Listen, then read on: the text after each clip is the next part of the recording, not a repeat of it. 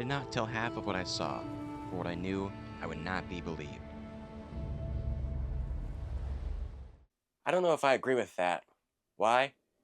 Because of Uncharted 2 Among Thieves.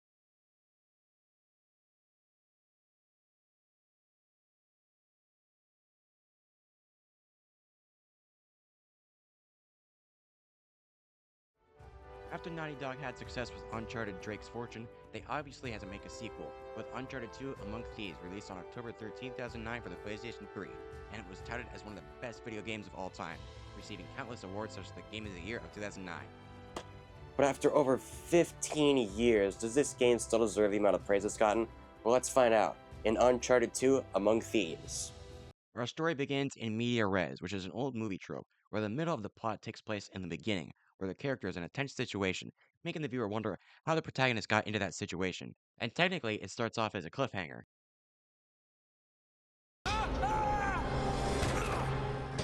We see Nathan Drake, who is wounded and confused in an abandoned train car, realizing that he's hanging off the side of a cliff, and he climbs through the wreckage and makes it to the top of the cliff and passes out into a flashback. Nate is on an island and is approached by an old friend, Harry Flynn, and his associate, Chloe Fraser, who wants Nate's help obtaining an old oil lamp that once belonged to Marco Polo. Nate wakes up and you get a feel for the controls. And the controls are pretty much the same as the first game, not much new this time. But you get to walk around for a bit, and then Nate passes out again. Karma's a bitch. Nate somehow doesn't die from any of this,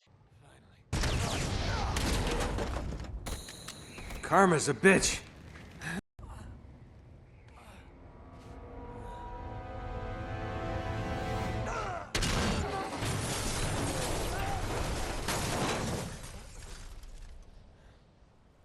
and once he passes out, you're in another flashback.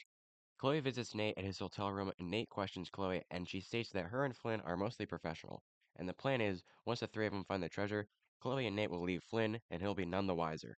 Flash forward to Nate finding a dagger that we don't know about yet, and then he passes out into another flashback and shows the three of them in Istanbul 4 months earlier, walking through the sewers to approach the museum. It's a stealth mission, but since the place is swarming with guards, Flynn has an idea. It's time to tip the odds back in our favor. Oh, that's brilliant. Guns? What are you thinking? Relax, Gandhi. They're tranquilizer guns, totally non-lethal. But that doesn't stop Nate from killing this guy in a comedic fashion later. There's a guy above you. There's a guy above you. There's a guy below you. There's a guy below you. It also helps that Flynn has a man on the inside.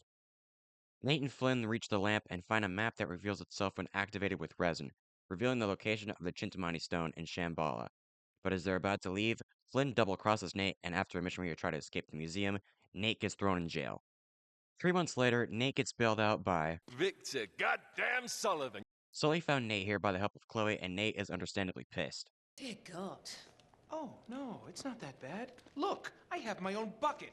Sully and Chloe tell Nate that Flynn and his client Zoran Lazarevic have found Marco Polo's ships, but not the Chintamani stone. So it's up to Nate, Sully, and Chloe to steal the stone before Flynn and Lazarevic get their hands on it. Nate and Sully make it to Borneo and find their way to Lazarevic's campsite, and they find out that he is not one to be messed with, as one of his men decided to take an artifact for himself, and soon regrets it. But Nate and Sully are here to brighten up his day.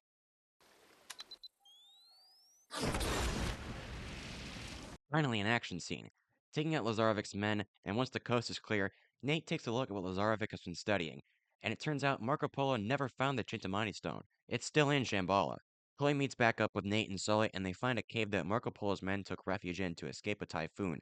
And they find a torch to light the resin with, and blood is revealed to be everywhere, and there are tons of bodies on the floor. But that doesn't stop Nate from pulling a practical joke. Look at this.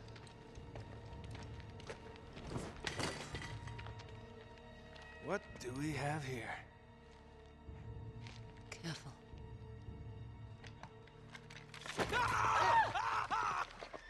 Christ almighty. Just kidding. Nate, you're gonna give me a goddamn heart attack. They find a map that reveals that there's a hidden city in Nepal, and only one of the many temples reveals Shambhala. Plus, they find a Paruba, a ritual Tibetan object that somehow links to Shambhala. Chloe checks that the coast is clear, and it turns out Flynn was close by and confiscates the map from Nate and Sully, and they're hauled away. but not before Chloe lets them go, planning to meet in Nepal. But while running away from the guards, Nate and Sully are in a dilemma. Either jump into the river below it or face Lazarevic. Sully plans to leave for somewhere warm, and Nate decides to meet Chloe in Nepal.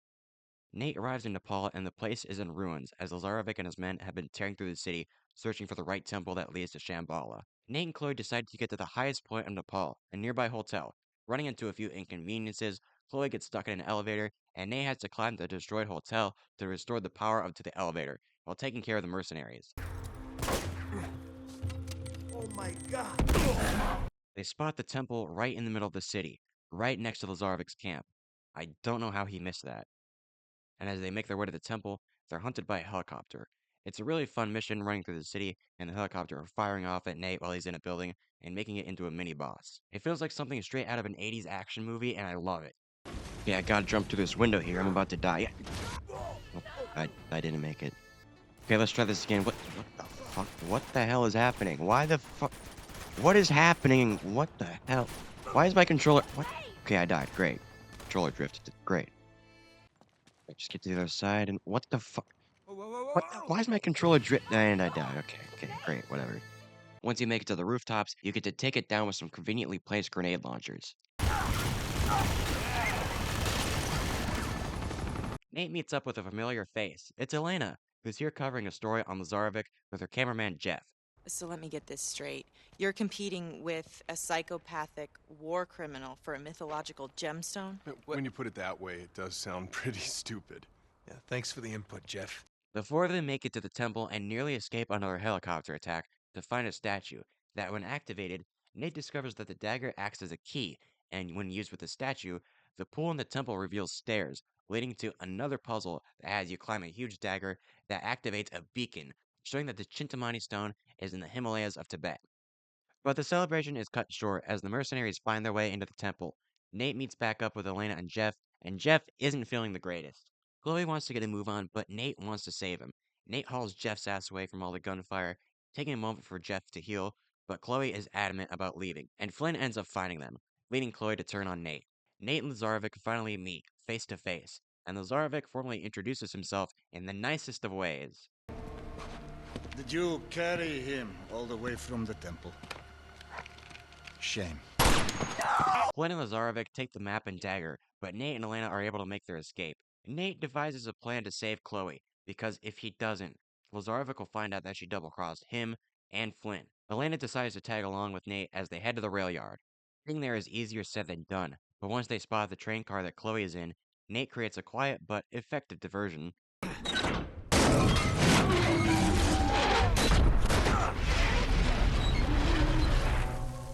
This is where, in my opinion, the difficulty ramps up as you're given little space to wander and avoid oncoming gunfire, and mercenaries can sneak up behind you and beat you up as more gunfire heads towards you. But you still have enough weapons in the single train car that you can use so you can strategize on how you want to take everyone out. But once the big guns are pulled out, Elena shows up with a getaway vehicle just in time for Nate to catch his train. And once Nate hops on the train, there's no way of turning back. As the gauntlet ensues, taking out each and every mercenary on the train mission spans across 3 levels, starting in a jungle to a tunnel that leads to the Himalayas and another helicopter boss. The helicopter boss fight here is better, because when you encounter it in the jungle, you can't really take it out. You get one shot with an RPG, but that doesn't work, and I don't think you can take it out here. But you first start out as the helicopter chases you in the jungle, and then it reappears in the Himalayas, where you get to use a tank to take it out. You have to be more strategic and not only shoot the helicopter, but shooting at the heat-seeking missiles that could damage the tank that you're in. Once you think you're done, you're not. You brawl with Lieutenant Draza, who is barely a character. His only real purpose is that earlier in the story, he was ordered to hold on to the dagger for Lazarevic, and after a few tries, he gets demoted. Nate reclaims the dagger and is almost killed by Draza, but Nate is saved by Chloe and orders Nate to get off the train, as she wasn't asking to be saved, and wants Nate to leave and save himself. In the midst of the argument, Flynn interrupts and shoots Nate, ordering every mercenary to take Nate out. Wounded and in a last-minute resort, Nate shoots a few propane tanks and causes the train to crash. Playing through the rest of the beginning, or I guess the middle of the game, you fight some more until Nate collapses out cold. Nate is then saved by a mysterious figure. Playing through the rest of the beginning, or I guess the middle of the game, you fight some. Okay, that's not what happens. What really happens is Nate wakes up in Tibet, who was saved by a man named Tenzin. There's a bit of a language barrier, but Tenzin fills Nate in onto what's going on. How long have I been out? Yeah. Tom.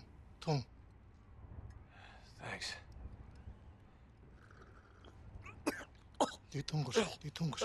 No. That's plenty. As Elena is here too, who introduces Nate to a Tibetan monk named Carl Schaefer, who's enthusiastic to meet Nate, as he was a former explorer over 70 years ago, once hired on an expedition to find the entrance to Shambhala, and informs Nate that he has the upper hand, as the dagger is the main key to Shambhala. But Nate has had enough and wants to quit, but Schaefer encourages Nate to continue, as the Chintamani stone holds some power, and that is what Lazarevic could be after. Nate has doubts, believing that the stone is a myth. Schaefer offers Nate proof of the Chintamani stone, asking Tenzin to show Nate the remains of Schaefer's expedition. Tenzin is ready and prepared for what's at stake. What's it say? Why do I ask? I'm not so good with charades, pal.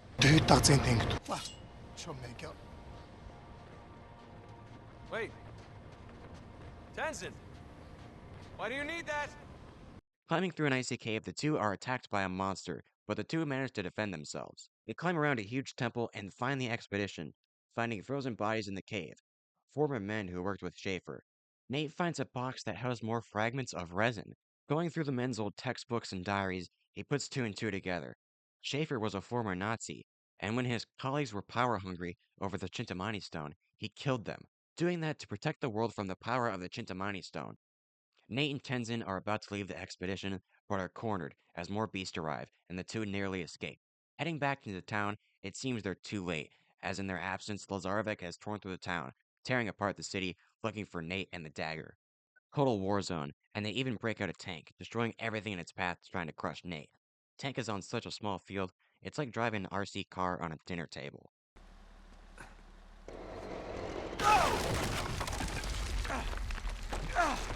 What is he, drunk? But running away from the tank and taking cover frequently while taking care of the mercenaries, you finally take out the tank with an RPG. It's a pretty tough level, but once you get it done, it's so satisfying. But after the town is secured, Schaefer is kidnapped along with the dagger.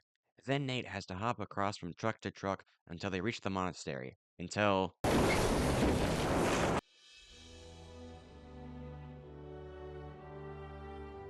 no, they live, of course, pulling a last crusade on our ass.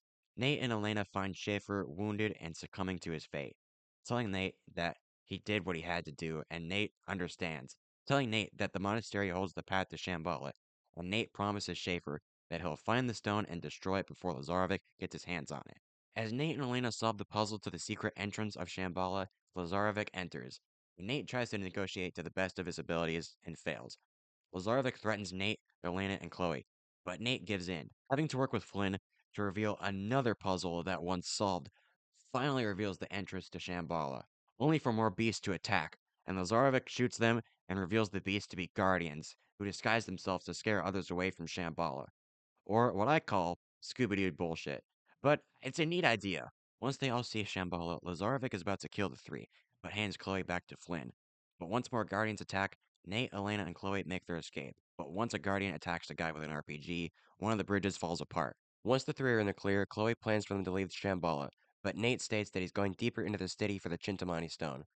Chloe doesn't buy into the myth surrounding the stone, but goes along with it for Nate and Elena, as the fate of the world is at stake. Once they discover the Chintamani stone, it's not the real thing. Marco Polo had it wrong. It's not sapphire, but a giant amber sealed in blue resin in the Tree of Life, and the rest of it is at the bottom of the temple. Nate puts two and two together.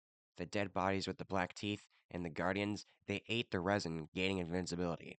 As they spot Lazarevic near the tree, Flynn has been waiting for them, weak and wounded, and Elena wants to help him, but Nate hesitates as Flynn has a grenade and kills himself and badly wounds Elena. Like, I know it's a video game, but half of her skin should be missing. After taking care of the last of the mercenaries, Nate sees Lazarevic eat the resin. It heals his scars and burn marks instantly, and he's ready to take on Nate. But he's vulnerable to bullets, so he's definitely invincible. So it's time for the final boss. It's definitely a step up from the final boss fight of the first game, but this one is still pretty difficult. Ask anyone if they like the final boss of Uncharted 1 and they'll laugh in your face. Did you like the final boss of Uncharted 1?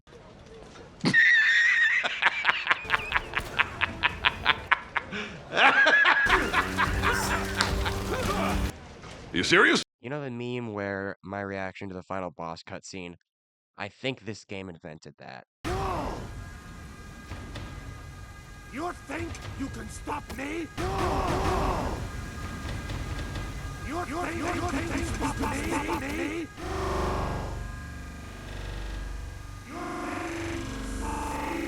All you have to do is run away from Lazarevic and shoot the blue resin once he's near it.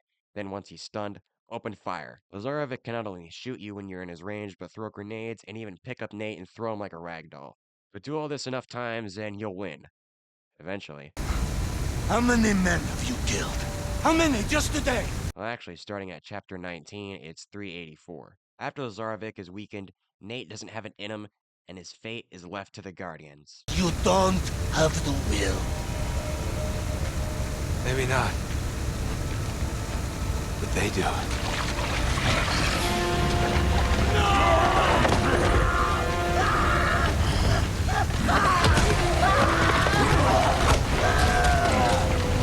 Nate barely makes it out of Shambhala alive as the place is falling apart, and Elena isn't doing so well. Sometime later, Nate and Tenzin pay their respects to Schaefer, and hey, Nate speaks Tibetan. Trekla, Schaefer Kerala Gabuchigre. Tujiche. Nate and Chloe reflect on their adventure. Yes, it has. You know, you should play the hero more often. Suits you. And Sully, hey, Sully's back. Sully helps Elena recover, and Chloe tells Nate that he still loves Elena and bids farewell. And Sully goes after Chloe. Which way'd Chloe go? See you later. Oh no. You're a dirty old man, Sullivan. Uh-huh. Nate and Elena get back together, and the day is saved.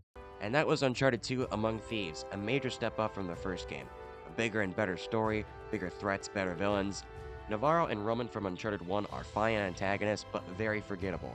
I remember more about Eddie because, as I said in my video about the first Uncharted game, Eddie is more comedic and has some sort of backstory with Nate that I wish was explored more. Now, in Uncharted 2, Flynn is another character who has more potential to be explored in a backstory, and apparently he's in an Uncharted comic book, which I should check out, and never mind. I think the game did enough for his character. Typical British villain, he's an asshole, but he's fun.